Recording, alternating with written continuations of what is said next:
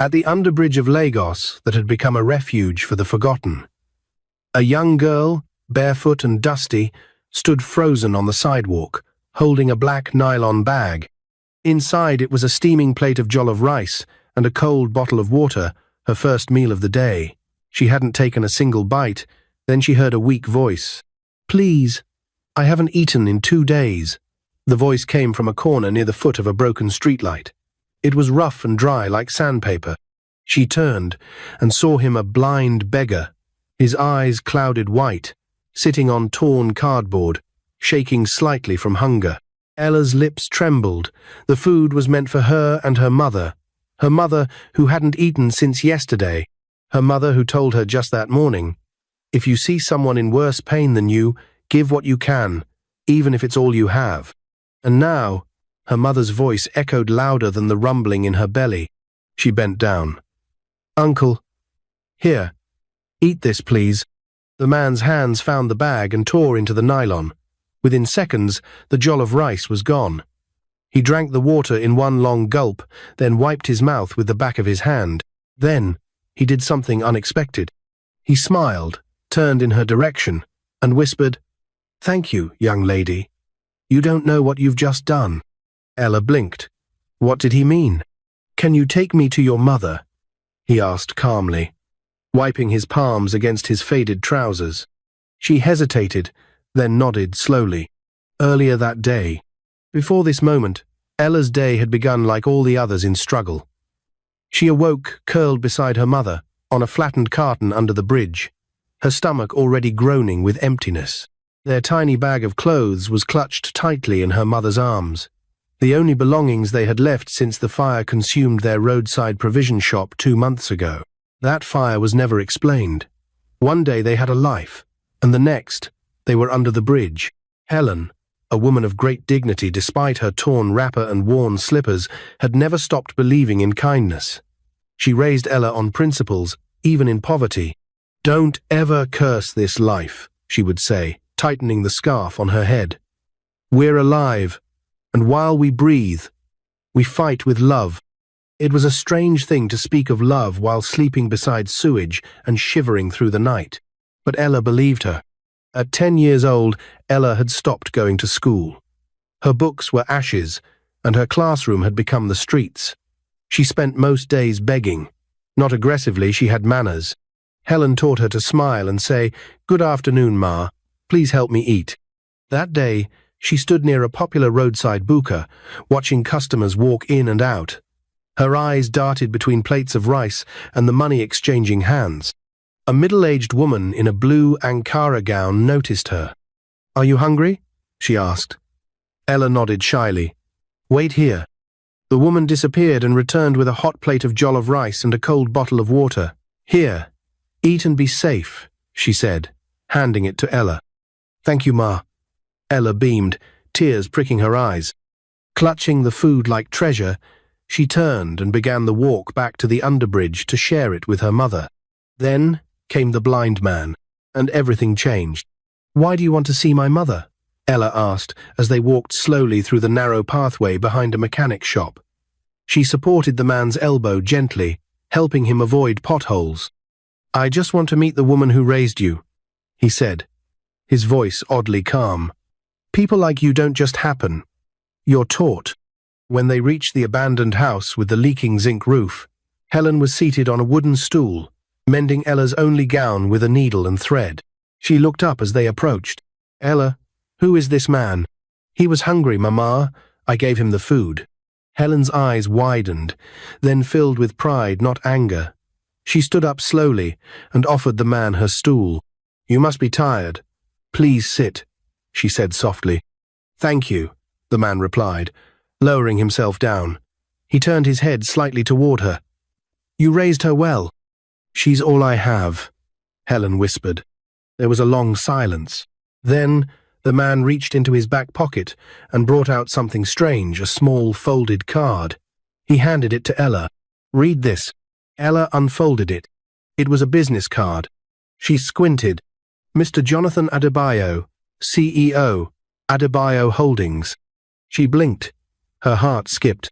Helen reached over, took the card, and gasped. "No, this can't be real," she muttered. "Adebayo Holdings? The Billionaire company?" Mr. Jonathan smiled faintly. "I lost my sight 5 years ago in an accident, but I didn't lose my purpose. Since then, I go out from time to time disguised as a beggar, not because I need food, but to find hearts like yours, people who still give when they have nothing." Ella's jaw dropped. Helen's knees gave way, and she dropped to the floor. "No, no, this is a dream," she whispered. "It's not. And today, I found who I've been looking for." He stood slowly, reaching for his phone in his pocket. "I'll send my driver now. I want you both to come with me." "To where?" Ella asked, still trembling. He smiled. "Home." As they waited beside the broken gate, a sleek black SUV pulled up, its tinted windows rolling down to reveal a uniformed chauffeur. The moment Helen and Ella stepped into the car, Mr. Jonathan made a call. "Yes, tell the staff to prepare the guest wing. And please call the principal of Grace International School. We have a special student to register tomorrow." Ella looked up from her seat, eyes wide. "Me?" Mr. Jonathan nodded, smiling gently. "It's time your dreams started." But just as the car pulled into the main road, a black van slowly began following them from a distance unnoticed. As the black SUV weaved through the busy streets of Lagos, Ella sat quietly beside Mr. Jonathan. The CEO turned blind beggar, who had just turned her world upside down. Her fingers were clenched tightly around her mother's hand, as if letting go would wake her from a dream. Everything felt unreal. The cold air of the car's AC, the soft seats, the scent of expensive leather, and the surreal truth about the man seated just beside her. Helen, too, sat in stunned silence, her lips moving in prayer. Her eyes were fixed on the road, though her thoughts were racing elsewhere. Could this really be happening? But behind them, the black van kept its slow, steady pace, always just out of sight. The SUV pulled up in front of a massive estate in Ikoyi. Towering white gates slowly swung open to reveal a mansion that looked like something out of a movie. Polished marble pillars, manicured gardens, and a driveway lit with warm, golden lights stretched as far as Ella could see. "Welcome to your new home," Mr. Jonathan said, as the chauffeur stepped out and opened their door. Ella couldn't move. Her legs felt like jelly. She glanced at her mother, whose eyes had welled up with silent tears. "I haven't walked through a gate in months," Helen whispered. A young woman in a tailored suit approached them with a bright smile. "Good evening, sir. I'm Clara, the household manager. Everything is ready." Mr. Jonathan turned toward Ella. "Clara will show you your rooms. Freshen up. Dinner will be served in 30 minutes. I'll join you shortly." Ella nodded, still speechless. Their new bedroom was nothing like the leaking, abandoned house they had been calling home. Cream-colored walls, soft velvet curtains, a sparkling chandelier, and a bed big enough to fit 4 people. Ella tiptoed into the bathroom, and when she saw the gleaming bathtub and fluffy towels, she gasped. "Mama, is this really for us?" Helen wrapped her in a hug. "It is, my child. I don't know how, but it is." Just then, there was a knock on the door. Clara stepped in with 2 shopping bags. "Miss Ella, I brought something special for you." Inside were new clothes, shoes, and a shiny backpack. "You're starting school tomorrow," Clara said. "Grace International. Full scholarship. The principal already confirmed your admission." Ella's hands trembled as she picked up the backpack. "I'm going back to school?" Clara smiled. "You're not just going back. You're going to thrive." Later that night, after dinner, a 3-course meal served in a glass dining room overlooking a lit garden, Mr. Jonathan invited them to sit with him in the lounge. The room smelled of aged wood and cologne. Paintings lined the walls, trophies from humanitarian work, charity awards, and certificates framed in gold hung proudly on one side. "I wasn't always like this," Mr. Jonathan said, sitting on a velvet couch, cane resting beside him. "I was once a cold businessman, focused on profit and power. But 5 years ago, a fire just like the one that took your shop changed my life." Helen's eyes widened. "My wife and daughter died in it," I survived, but I lost my sight. I lost everything that made life worth it. Ella's hand crept into her mother's, squeezing tightly. I went into hiding, not because I was afraid, but because I needed to understand suffering. I needed to find people who hadn't lost their humanity despite having nothing. He turned his blind eyes toward Ella. And today, I found that person. There was silence. Then he turned to Helen. Ma, you did something powerful. You raised a child who still gives, even when she has nothing. That kind of heart can change the world. Helen choked on a sob. I want to help you both rebuild, not as charity, but because the world needs more Ellas.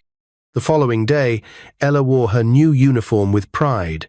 She couldn't stop twirling in front of the mirror. Her hair had been braided neatly.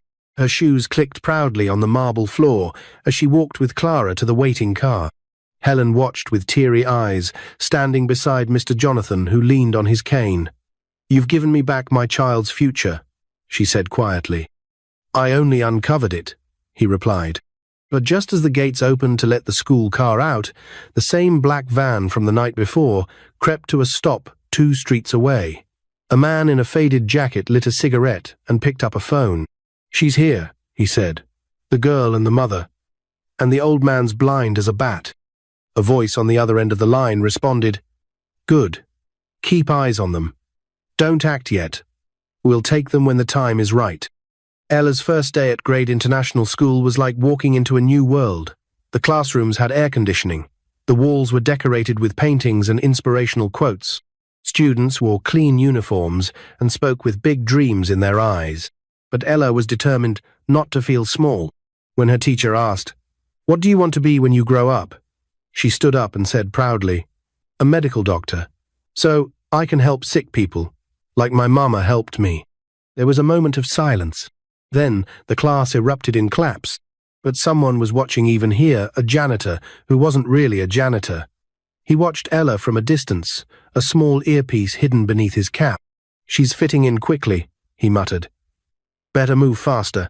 Mr. Jonathan sat with Clara and his lawyer later that evening. I want Helen to have ownership of one of our mini-marts, he said. Set it up for her with full staff. Let her manage it if she wants, or just earn from it. And prepare a trust for Ella's education up to medical school. Clara nodded, her eyes shining. Sir, this will change their lives forever. It already has, he whispered. But just as he stood to return to his room, his cane bumped into a small camera that wasn't there before. He picked it up, frowning. Clara, get me security. Now. As night fell, and Ella lay asleep in her new room, dreaming of white coats and stethoscopes, a shadowy figure scaled the outer fence of the estate. Silently, swiftly. In the back room, Clara gasped as security played the CCTV footage backward. There's a breach, the guard said. And the last frame? A masked figure standing at the back door, holding a syringe. The mansion was wrapped in an eerie silence. Outside, the trees swayed softly in the night wind.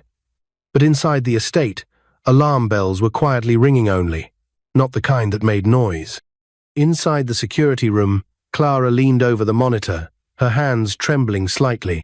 The masked figure in the last frame was still paused on the screen, the syringe in hand glowing faintly under the night camera's infrared. Who is this? She demanded, her voice sharp. We don't know yet, the chief guard replied. No one's broken into the estate in over 5 years. But whoever this is, they knew where to enter. The back gate's motion sensors were disabled manually. Clara's stomach twisted. She picked up her phone and dialed Mr. Jonathan's emergency number. Meanwhile, in her room, Ella turned in her sleep, unaware of the danger, just a few meters from her window. Her dreams were peaceful. She was wearing a white doctor's coat, walking through a hospital hallway. Children smiled at her. Her mother stood behind her, clapping. Then, suddenly, the dream shifted. The walls went dark. Her mother disappeared. A faceless man in a mask stepped forward. Ella jolted awake. She looked around the dark room, breathing heavily. And then, there was a knock. A single, soft knock on the glass window. She froze. Another knock. This time, louder. She tiptoed toward the curtain and pulled it aside just an inch but saw no one. "Ella?" a voice whispered. She gasped. It wasn't her mother. It wasn't Clara. It wasn't anyone she knew. The doorknob to her room started to turn, but before it could open, there was a loud sound. The security alarm blared. Red lights flashed across the hallway. From the estate's intercom, a calm yet firm voice echoed through every room. "Lockdown initiated. All residents remain in your rooms." Mr. Jonathan stood in his hallway, clutching his cane tightly. Clara rushed toward him. "Sir, we have an intruder inside." They were near Ella's room. "Is she safe?" he asked quickly. "We believe so. The guards are closing in. Butts or someone on your staff had to help them in. This wasn't a random break-in." Mr. Jonathan's lips tightened. "It started again," he muttered. "What do you mean?" He turned to her, his blind eyes still intense. "Someone out there doesn't want me to help Ella, or her mother." Later, as the police arrived and began their search, Ella and her mother were escorted to a secured guest room. Mr. Jonathan joined them soon after, guided gently by Clara.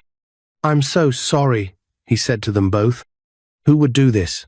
Helen asked, wrapping her arms tightly around her daughter. "I've made enemies over the years," he said quietly. "People who don't like that I give money away, that I help the poor." He turned slightly toward them. "But now I believe this wasn't just about me. It was about you. About Ella." Helen's eyes widened. "Why would anyone want to harm us?" "I don't know yet. But I will find out. And I will protect you. No matter the cost." The next morning, a security officer found something strange in the estate garden, a pendant. Old, rusted, but clearly expensive. On its back was a name carved in small cursive letters, Iamide. When Clara showed it to Mr. Jonathan, his face stiffened. "I know this name." He sat down slowly. "Iamide was once a staff member here. Years ago, a brilliant young man. I sponsored his education, just like Ella's." "What happened to him?" Clara asked. "He disappeared one night, stole millions from our charity fund and vanished." "But why would he come back now?" Clara asked. "Maybe he never left." Despite the chaos, Mr. Jonathan insisted Ella attend school. "We can't let fear take your dreams away," he told her. She nodded bravely and got into the school car, this time with 2 security escorts following behind. Her day started well. She made 2 new friends, Simi and Joshua, who showed her around and made her feel welcome. They laughed together in the cafeteria, and for the first time in months, Ella felt like a child again. Until she found the note. It was slipped into her locker. "Stay away from the old man, or the next time, your mother won't wake up." She froze, hands trembling. She rushed to the teacher and gave her the note. The principal was called. Clara was notified. By afternoon, Ella was pulled from school and rushed home under full guard. Mr. Jonathan met her at the door. "They're watching us closely," he said. "This is no longer just about kindness. This is a war against hope." That night, as tension thickened in the mansion, Mr. Jonathan called Helen to his private study. "I need to ask, is there anything in your past we should know about?" Helen hesitated. Then she nodded. "Years ago, before I met Ella's father, I worked as a secretary in a company that was involved in shady dealings. When I found out and tried to report it, I was framed and fired. One of the men behind it was named." She paused, trembling. "Iamide." Mr. Jonathan's cane dropped from his hand. "Helen, that's the same man." Just then, an urgent knock came to the door. A guard burst in. "Sir, Ma, someone broke into the school. Ella's name was scratched onto the chalkboard with red paint." "What?" "Sir, that's not all. They left a message." He handed Clara a picture. On it was a photo of Ella in school that day, surrounded by 2 smiling friends. But one of them, Joshua, had been circled in red marker. And behind the circle, someone had written in dripping ink, "She will give everything," just like before. The mansion was no longer a place of peace. It had become a fortress. Security cameras buzzed. Dogs barked. Every exit and entry point was now manned by uniformed guards. Inside, Helen sat quietly in the corner of the living room, her arms wrapped tightly around Ella, who trembled despite the warm throw blanket around her. She will give everything, just like before. That message haunted them both. And worse, Joshua, the cheerful, kind boy Ella had just met, was the one circled. But why? Mr. Jonathan sat silently in his armchair, his fingers steepled beneath his chin. Though blind, his instincts were sharper than most men with sight. His mind was racing. "I don't believe in coincidences," he said finally. "If Iamide is behind this, then someone inside is working with him. Someone very close." Clara walked into the room holding her tablet. "Sir, we've reviewed the school's security footage." "Play it," Mr. Jonathan said firmly. She turned the screen toward him, even though he couldn't see. Ella leaned in. What she saw made her stomach drop. It was footage from earlier that day, Joshua walking into the school before the bell rang. But he wasn't alone. A tall man in a hoodie handed him a small envelope. They spoke for barely a second. Joshua nodded, tucked the envelope in his bag, and went inside. Helen covered her mouth. "He's working with them?" Ella's voice cracked. "Not necessarily," Clara replied. "He might have been threatened, or manipulated. We don't know yet. But we will," Mr. Jonathan said, rising slowly with his cane. "Clara, prepare a car. I want to meet this boy's parents." They arrived at Joshua's neighborhood, a run-down section of mainland Lagos, where streetlights barely worked and electricity blinked like candle flames. When they knocked on the wooden door of his house, a woman answered, her eyes sunken, her shoulders weary. "Good evening," Clara began gently. "We're here to talk about your son, Joshua." The woman hesitated, then stepped aside. "Please come in." Their small room was cluttered with buckets, clothes, and a tiny kerosene stove in the corner. Joshua sat on a stool, head bowed. When he saw Ella, his face paled. "I didn't know," he said before anyone spoke. "I didn't know they would hurt you." "Then why?" Ella whispered. He looked at her with tears in his eyes. "They told me they'd pay for my mother's surgery. She's dying.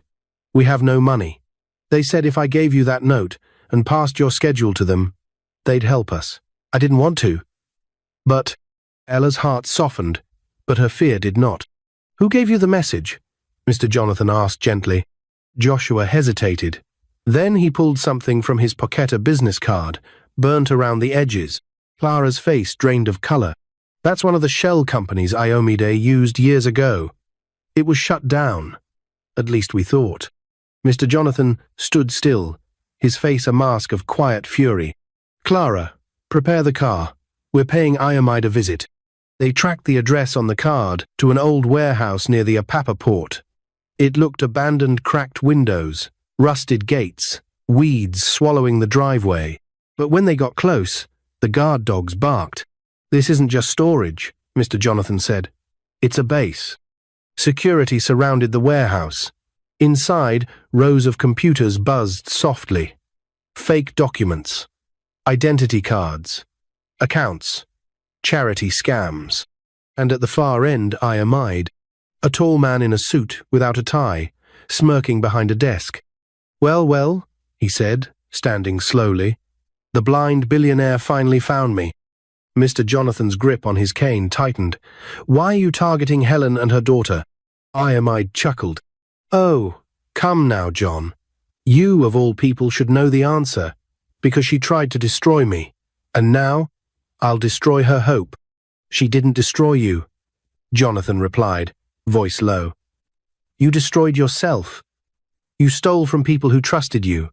You ran from your shame.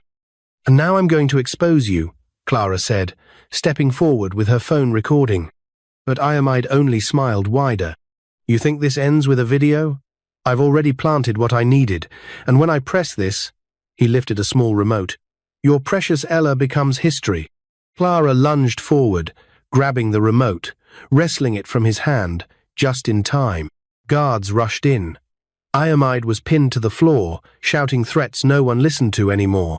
As the police handcuffed him and dragged him away, Mr. Jonathan turned toward the window. "She must never know how close she came to dying," he said quietly. Clara nodded, I'll make sure of it." Back home, Ella was waiting at the gate when the car pulled in. She ran into her mother's arms as Mr. Jonathan stepped out, tired but smiling. "Everything is going to be okay now," he said gently. Ella looked up at him. "Is it over?" "Almost." He knelt slightly, his hands resting on her shoulders. "You've been through more than most children your age, and yet you still chose kindness. That's what makes you different. That's what makes you powerful." She nodded, her eyes glistening. And it's time the world saw that power. He turned to Clara. "Let's begin her foundation." That night, under the soft light of the moon, a press conference was held in the garden of Mr. Jonathan's estate. News reporters lined the hedges. Cameras flashed, microphones extended. Mr. Jonathan, wearing his signature black suit and sunglasses, stood beside Ella and Helen. "I present to you," he announced, "the Ella Foundation, dedicated to helping homeless children get access to food, shelter, and education. Inspired by a little girl who gave her last meal to someone in greater need." Applause echoed, but far away, in a dark cell, Iamide sat on a bench, whispering to a guard. "They think it's over," he hissed, "but they haven't met the real people I work for." The sun rose over Lagos like a promise, golden rays cutting through the morning haze and resting gently on the mansion's rooftop. Birds chirped over marble balconies and polished windows, as inside excitement buzzed through the halls. Today was the day.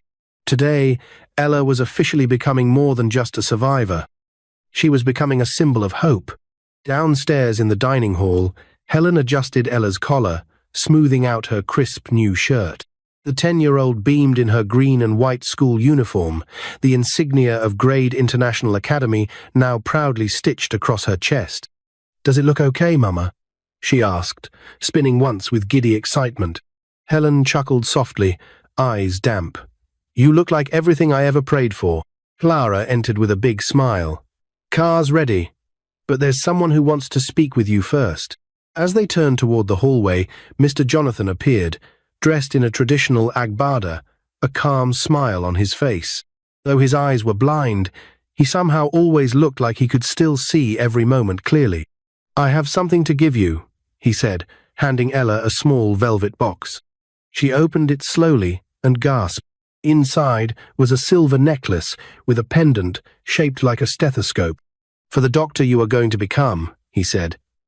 "Wear it. Remember it. You're going to change lives." Ella threw her arms around him, eyes welling. "Thank you for believing in me." "I didn't have to," he replied, kneeling gently. "You believed in yourself first, when you gave away your last meal." At the school gate, the press had gathered again this time to cover Ella's official enrollment. Reporters flashed cameras as Clara gave a brief speech. "She's not just a student," Clara told the cameras. "She's a story, proof that compassion still exists in the world." Inside the school, Ella was taken to the principal's office, where an unexpected surprise awaited her. A scholarship letter, not just for primary or secondary education. "Your future is secured," the principal said kindly. "Now go. Make something great of it." As Ella skipped down the hallway, clutching the letter like treasure, she stopped at the library window. Her reflection stared back at her, a girl who once begged under bridges now walking the halls of one of the best schools in Lagos. She whispered to herself, "I will heal people, just like I was healed." Meanwhile, back at the estate, Helen received a surprise of her own. Mr. Jonathan stood beside a man in a suit, holding a folder. "Helen, I've officially signed over ownership of one of my neighborhood mini-marts to you. It's yours. Staff, inventory, salary, everything." Helen dropped to her knees. "Two don't even know how to manage a business anymore," she said, shaking. "You won't be doing it alone," Clara said. "We've hired a manager to run the day. Today. You'll be guided every step of the way. All you need to do is believe in yourself again." Tears poured down her cheeks. "Thank you for restoring not just my daughter's future, but my dignity." Later that week, in a maximum security facility outside Lagos, Iomide sat in a visitor's room, wrists cuffed to the table. But he wasn't alone. A man in a white kaftan entered and sat across from him, face hidden behind dark glasses. He placed a thick envelope on the table. "We warned you not to go after the girl," the man said coldly. "I didn't know she was protected like that. You exposed our network. The warehouse was shut down. Our people are fleeing." "I can fix it," Iamide begged. "I can get close again, just let me out." The man stood, buttoned his coat, and leaned in. "You're done. The plan moves forward without you." And then he walked away, leaving Iamide alone, betrayed by the very system he helped build. 6 years later, the hall at Luth Teaching Hospital was packed with clapping families, proud parents, and glowing graduates in white coats. Among them stood a young woman, taller now, glowing with confidence. Ella Helen Adeyemi, top of her class, best in pediatrics, and youngest speaker at the ceremony. As she stepped onto the stage to give her speech, she scanned the front row and saw Mr. Jonathan, older now, but still proud. Helen sat beside him, well-dressed and smiling, a successful businesswoman in her own right. Ella took the microphone. "6 years ago," she began, "I was a homeless girl who gave her only meal to a blind beggar. I didn't do it expecting anything in return. I did it because my mother taught me that no matter how little we have, someone always needs it more." She paused as the room went quiet. "That man turned out to be a billionaire, but I wasn't changed by his money. I was changed by his belief in me. And today, I stand here not just as a doctor, but as a living example of what kindness, faith, and second chances can do." Thunderous applause filled the room. Outside, as the graduates posed for photos, Ella walked up to Mr. Jonathan. She wrapped her arms around him. "You gave me tomorrow," she said softly. He smiled. "And you gave me a reason to believe again." They stood there for a moment. Two people, brought together by a plate of rice, and as the sun dipped behind the Lagos skyline, Ella turned to the future, her stethoscope glinting in the golden light, ready to change the world, one healed heart at a time.